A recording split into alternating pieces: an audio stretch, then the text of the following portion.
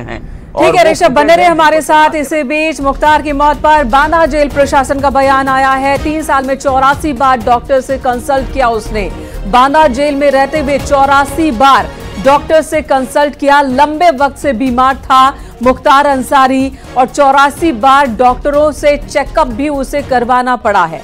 जब मुख्तार अंसारी को पंजाब की रोपड़ जेल से लाया जा रहा था बांदा, उस वक्त भी यही हवाला मुख्तार के डॉक्टर्स की ओर से दिया गया था कि वो बीमार है। और ये देखिए, ये रिपोर्ट है, मेडिकल कंसल्टेशन को लेकर ये रिपोर्ट है। बांदा जेल में रहते हुए 3 साल में 84 बार उसने डॉक्टर से कंसल्ट किया था।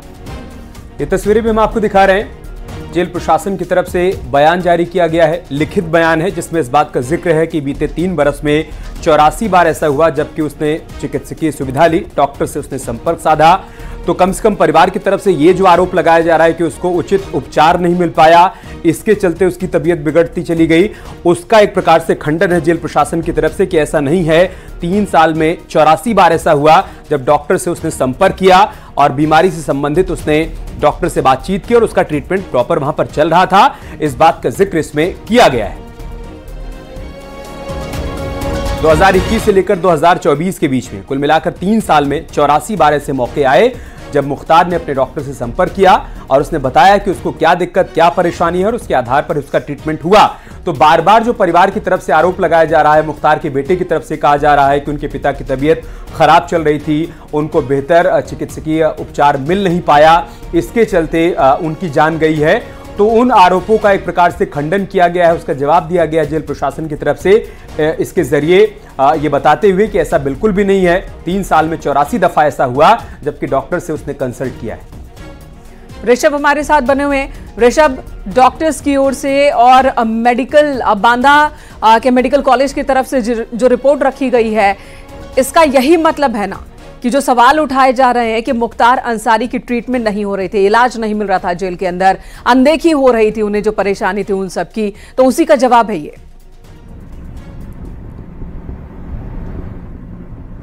हाँ बिल्कुल, देखिए जेल प्रशासन की ओर से ये बता दिया गया है कि 3 साल में 84 बार डॉक्टर से, फिजिशियन से उसने अलग अलग कंसल्टेशन किया। जब भी किसी किस्म की उसको कोई दिक्कत हुई है, उसको जो चिकित्सकीय सुविधा जेल मैनुअल के मुताबिक है वो उसको मिल रही थी। और ऐसा नहीं, सिर्फ आप देखें इस महीने भी उसको एक मामले में सजा हुई है और सजा के दौरान भी उसने ये बात कही है कि उसकी बढ़ती उम्र को और उसकी बीमारियों को देखते हुए उस पर रहम किया जाए।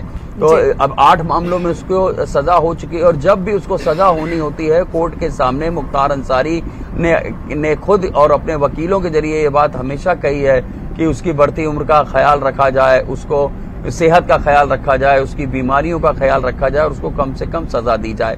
तो ऐसा नहीं है कि अचानक मुख्तार अंसारी की सेहत खराब हुई है या उसकी तबीयत खराब हुई है। कई मौकों पर उसने खुद भी कोर्ट में ये बात कही है कि उसकी सेहत खराब है। और अब ये बात भी साबित हो रही है कि 3 साल में 84 बार उसने कंसल्टेशन भी किया है, डॉक्टर्स की राय भी ली है और इलाज भी करवाया है। और जो सूत्रों ने हमें कंफर्म किया है कि पोस्टमार्टम रिपोर्ट में भी कार्डियक अरेस्ट से, हृदय गति रुकने से मौत की कंफर्मेशन हुई है। जी ऋषभ, इस बारे में भी अपडेट दें। जो परिवार की ओर से डीएम को चिट्ठी लिखी गई थी कि एम्स के किसी डॉक्टर से भी पोस्टमार्टम कराया जाए, तो इस मसले पर अभी तक क्या हुआ है? और साथ ही बड़े बेटे को जनाजे में शामिल होना है, इसे लेकर भी अदालत का दरवाजा खटखटाया गया है, तो इस पर क्या अपडेट है? देखिए, ये आज सुबह ही उमर अंसारी की ओर से ये अर्जी दी गई थी कि उनका एम्स में पोस्टमार्टम कराया जाए, वहां पर बेहतर सुविधाएं, उनको यहां पर इस भरोसा भी नहीं है। लेकिन उस अर्जी को बहुत ज्यादा तवज्जो नहीं दी गई है, चूंकि बांदा मेडिकल कॉलेज में वो सारी सुविधाएं मौजूद हैं जो एक जो एसओपी है एक पोस्टमार्टम की, वो सारी सुविधाएं वहां पर मौजूद हैं। वहां पर स्पेशलिस्ट मौजूद हैं, कुछ स्पेशलिस्ट बाहर से भी बुलाए गए थे, लिहाजा इस अर्जी पर ध्यान नहीं दिया गया जो उमर अंसारी की ओर से दी गई थी। और अगर हम अब्बास की बात करें तो अब्बास के जो जानकारी मिल रही है, उन्होंने सुप्रीम कोर्ट का दरवाजा खटखटाया है कि उनको पैरोल दी जाए ताकि वो अपने पिता मुख्तार अंसारी के जनाजे में शामिल हो सकें। देखना होगा कि कब सुप्रीम कोर्ट की ओर से क्या आदेश आता है और उसके बाद आगे की क्या कार्रवाई की जाती है। मैंने कहा जी बिल्कुल। और 2018-2019 की रिपोर्ट्स भी हम दिखा रहे हैं। 2018 बांदा जिला अस्पताल की रिपोर्ट, 2019 चंडीगढ़ अस्पताल की रिपोर्ट, जिसमें बीमारियों का जिक्र है। Hypertension, coronary artery disease, diabetic भी था वो, और कौन कौन सी गंभीर बीमारियां थी जो अभी की मेडिकल रिपोर्ट में सामने आई हैं। और इसी बीच एक बड़ी खबर आ रही है, प्रयागराज सीमा में दाखिल हुआ है काफिला। बड़ी खबर हम आपको बता रहे हैं, कौशांबी से प्रयागराज सीमा में दाखिल हो गया है काफिला।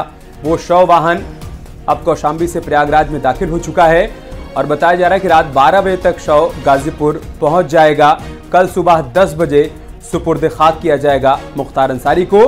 बड़ी जानकारी यही है कि कौशांबी होते हुए प्रयागराज में एक काफिला दाखिल हो गया है और हंडिया होते हुए ये आगे निकलेगा और फिर वाराणसी से होते हुए गाजीपुर के लिए रवाना। और तो रात 12 बजे तक शव गाजीपुर पहुंचेगा। कल सुबह सुपुर्दे खाक किया जाएगा। कल सुबह की नमाज के बाद सुपुर्दे खाक किया जाएगा मुख्तार अंसारी। तैयारी पूरी हो गई है, सिक्योरिटी बहुत टाइट कर दी गई है। मुख्तार अंसारी के घर के बाहर भी छावनी में तब्दील कर दिया गया है पूरे के पूरे इलाके को।